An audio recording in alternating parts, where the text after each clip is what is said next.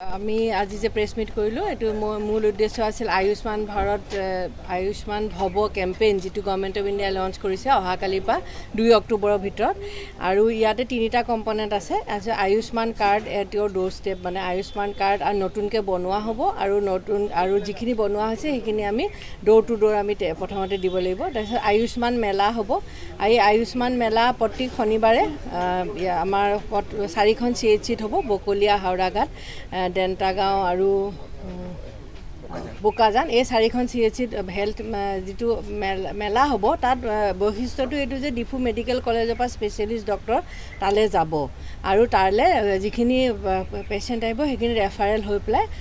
আহিব গতিকে সেইটো ইম্পৰ্টেণ্ট এটা এক্টিভিটি হ'ব এই আয়ুষ্মান মেলাৰ লগতে ব্লাড ডনেশ্যন কেম্পো হ'ব সেইকেইদিন তাতে তাৰপিছত আমাৰ হ'ব আয়ুষ্মান সভাখন মানে এট অল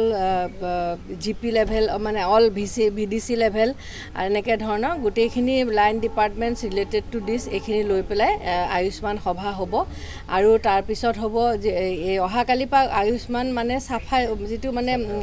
চাফাই অভিযানো চলি থাকিব আৰু যিখিনি মানে আমাৰ কাৰ্বি আংলং ডিষ্ট্ৰিক্টত এইটো ডিচাইড কৰা হৈছে যে আপ টু 31 ডিচেম্বৰ মানে এই আয়ুষ্মান মেলা চলি থাকিব প্ৰত্যেক CHCত প্ৰতি শনিবাৰে গতিকে এইটো এটা ডাঙৰ পদক্ষেপ লোৱা হৈছে হয় এইখিনিকে আমাৰ আয়ুষ্মান কাৰ্ডখিনি আমাৰ যিখিনি আশা ৱৰ্কাৰ্ছ আছে আৰু ফ্ৰণ্টলাইন ৱৰ্কাৰ্ছ আৰু কিছুমান আমি লৈছিলোঁ SHG মানে জীৱিকা সখী ইত্যাদি আমি লৈছিলোঁ তেওঁলোকে এইখিনি বনাই আছে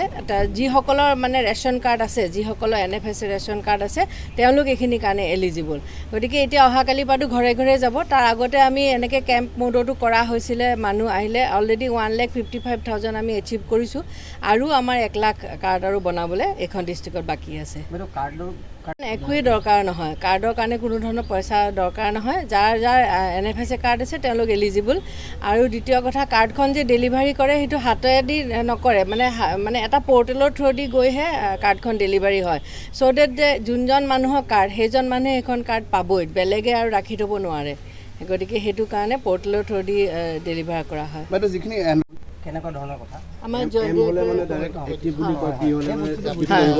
আগৰ পৰা তাৰমানে PMJY কাৰ্ডটো চলি আছিলে চ' আগৰ চিৰিজকেইটা P চিৰিজ আছে চ' সেই P চিৰিজকেইটা আমি গোটেইকেইটা ডিলিট কৰি কিনে আমি এতিয়া নতুন চিৰিজটো দি আছোঁ চ' আয়ুষ্মান কাৰ্ড তাৰমানে এজেঞ্চি আছে এজেঞ্চিয়ে গোটেই কাৰ্ডকেইটা বনাই আছে এইটো বেনিফিচিয়াৰীসকলে বনাব নালাগে সেইটো তাৰমানে আমাৰ গভৰ্ণমেণ্ট ছাইডৰ পৰা প্ৰভাইড কৰা হ'ব ডোৰ টু ডোৰ যাই কিনে আমি গোটেইকেইটা বিলাই দি দিম ছাৰ আগত যিখিনি বেনিফিচিয়াৰীয়ে মানে প্ৰাইভেটলি কৰিলে নিজাববীয়াকৈ কৰিলে এইখিনি কি হ'ব নাই প্ৰাইভেটত যোনটো বনোৱা পৰ্টেলটো একেটাই যদি য'ৰ পৰা আগত যদি ৰেজিষ্টাৰ্ড হৈ গৈছে তেখেতেও তাৰমানে কাৰ্ড তেখেতৰ নামত আহি যাব আৰু কাৰ্ডটো পাই যাব হৈছে তেওঁলোকে য'ৰ পৰা হেৰি কৰিছিলে যে আমুক ধৰক আমাৰ ইয়াতে চেণ্ট্ৰেল ৰেঞ্জ মাঞ্জা আছিলে য'ৰ পৰা নিম বুলি কৈছিলে তাৰ পৰাই তেওঁলোকৰ পুলিখিনি লৈ গৈছে